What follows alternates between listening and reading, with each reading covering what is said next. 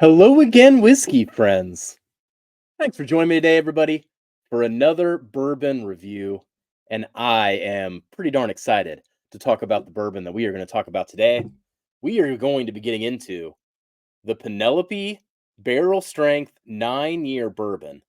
So, this is a new release coming out of Penelope here, and it is quite unique and quite delicious. But we'll go through that and all the other details in the full review. So thank you for joining me today, whiskey friends. Let's kick off the show.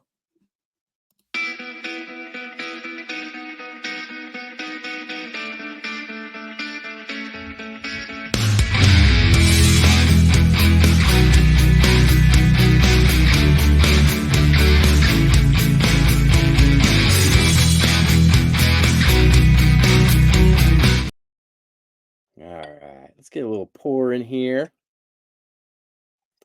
We'll be tasting through this today. So this is the Penelope 9-year bourbon, and I was quite surprised by this one. And when we go through the scores, you will see why I'm quite surprised. But this is essentially the first big release coming out of Penelope since being acquired by MGP. And man, maybe they got their hands on some deeper stocks of some special things in the MGP warehouse. If this is a sign of things to come, this is going to be quite a good partnership for everybody. Now, pulling up the stats on this one, I'm going to do this review a little differently. I had a request from a patron to get more into the details on some of the scores and all the things that we do with these reviews. So I'm going to try it on this review and let me know in the comments if you like this new format or not as I step through the process. So as we get into the details of this particular bourbon, this is a 9-year age stated bourbon, 109 proof. And I got this for $65 in Northern Kentucky. I have seen it as high as $70.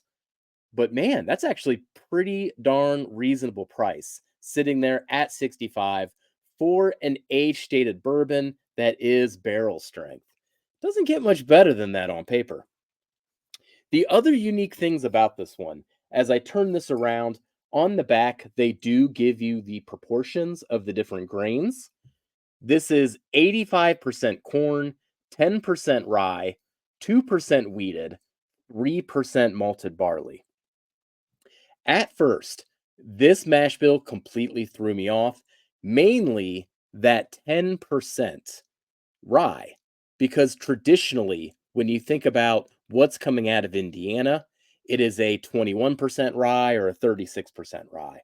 Now, at this point, if you have been going around with different brands and different MGP single barrels, I mean, they are experimenting with all these different mash bills now. So it's really hard to nail them down to just the 21 and 36%.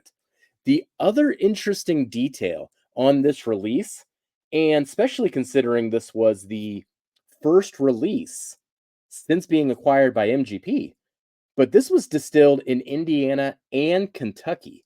So this is not just MGP bourbon in here. There is some Kentucky in there as well.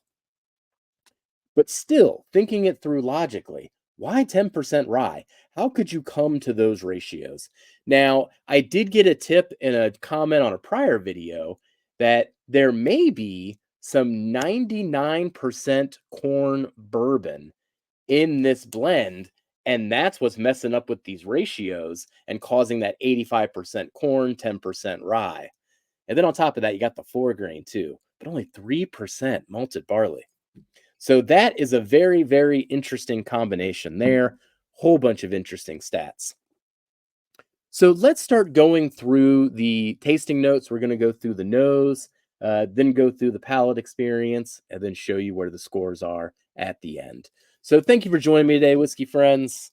Cheers, everybody. Let's get into this nose.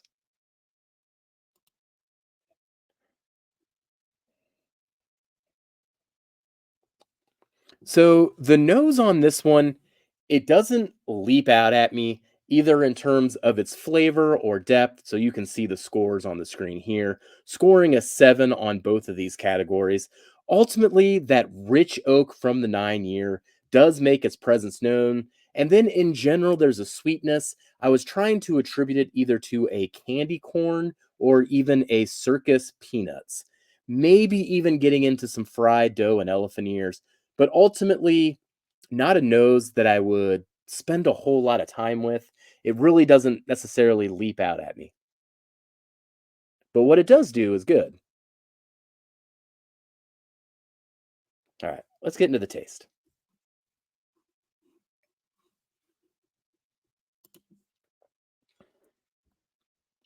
Oh man, I just love what it's doing at the front of the palate. It is an immediate flavor bomb. Just this combination of spices, cinnamons, brown sugars, these deep apples come through, and then the oak just likes to drift along the sides of the tongue. And one of the things to point out on this one that I really think is the most impressive, I love the mouthfeel on this thing. I think this thing is just coming across rich and oily, almost like it's melted butter. Like if you get that texture of melted butter where it kind of sits on your tongue and it just runs all across everywhere. It's light, it's fluffy, but then all of a sudden it's dense and rich. That's how this feels from a mouthfeel perspective.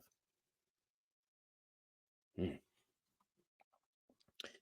So then as you get into the mid palate though, the flavors do kind of just drift off mute a little bit. You get this nice oak that continues, a lot of char, but ultimately that sweetness kind of initially dries up and there's not a lot to hang my hat on when it comes to mid palate. But oh man, does it roar into the finish. That is where this thing is going to start blowing people away. I think it really is going to be how this finishes and the flavors that it gives you in the end.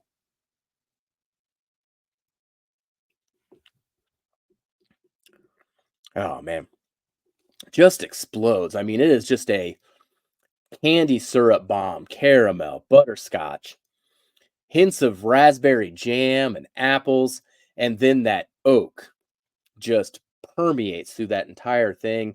And it is some lovely oak. It even stands across older than the 9 year age statement. Now, I don't know what the oldest casts are in this, but it does finish as something that's even older than 9 years. Oh, man. One more sip. Ah, man. So very, very impressive. Really leaves you with that craving that you want to take another sip due to how great the flavors are on the finish and the length of the finish. Gosh, it just finishes so spectacularly. So overall, I did give it a balance of an 8. It is kind of all over the place in terms of its consistency, but where it does shine, it shines bright. And for $65 for a finish and experience like this, I'd say it's a 10 out of 10 on the value. There is not much on the shelf at that $65 price range that can hold up to some of the characteristics that this bottle has. So when we put that all together, ultimately we end up with a flavor score of a 77.5. As you can tell, when it came to the nose, mid palate, it really wasn't impressing me too much. It wasn't doing anything offensive. It was just good on those categories. But in other places, it would really bring the flavor. And then the experience truly is where it shines with that mouth feel, with that long finish, and then ultimately gets all the points for value at that $65 price range. So that brings it to an overall score of an 83. And then for added context, which is something that somebody was asking me to add to these videos, here is where it ranks in terms of all the reviews in 2023 for 2023 releases. 18 out of 57. And then all time, out of all 108 scores that I have put together so far, it ranks 33. So you're talking about a higher tier pour, something that is impressive. And once again, $65. So if you have a chance to see this one, I do suggest picking it up and giving it a chance. Even if you've come across Penelope before and you weren't a big fan, I think this is a release where you should give them another try. And we should probably start keeping track of what they're doing in the future. Because if this is any indication of what's about to come, oh man, we are in for some treats. So thank you, Penelope. Cheers. Really, really great bourbon. Really, really great blend. Now, if you've had this, let me know what you think in the comments. And also let me know what you think about the new review format, going through all the scores step by step rather than just talking about them and showing the final scores. Interested to hear what you think of that. Hey, and then showing the rankings at the end to give everything context.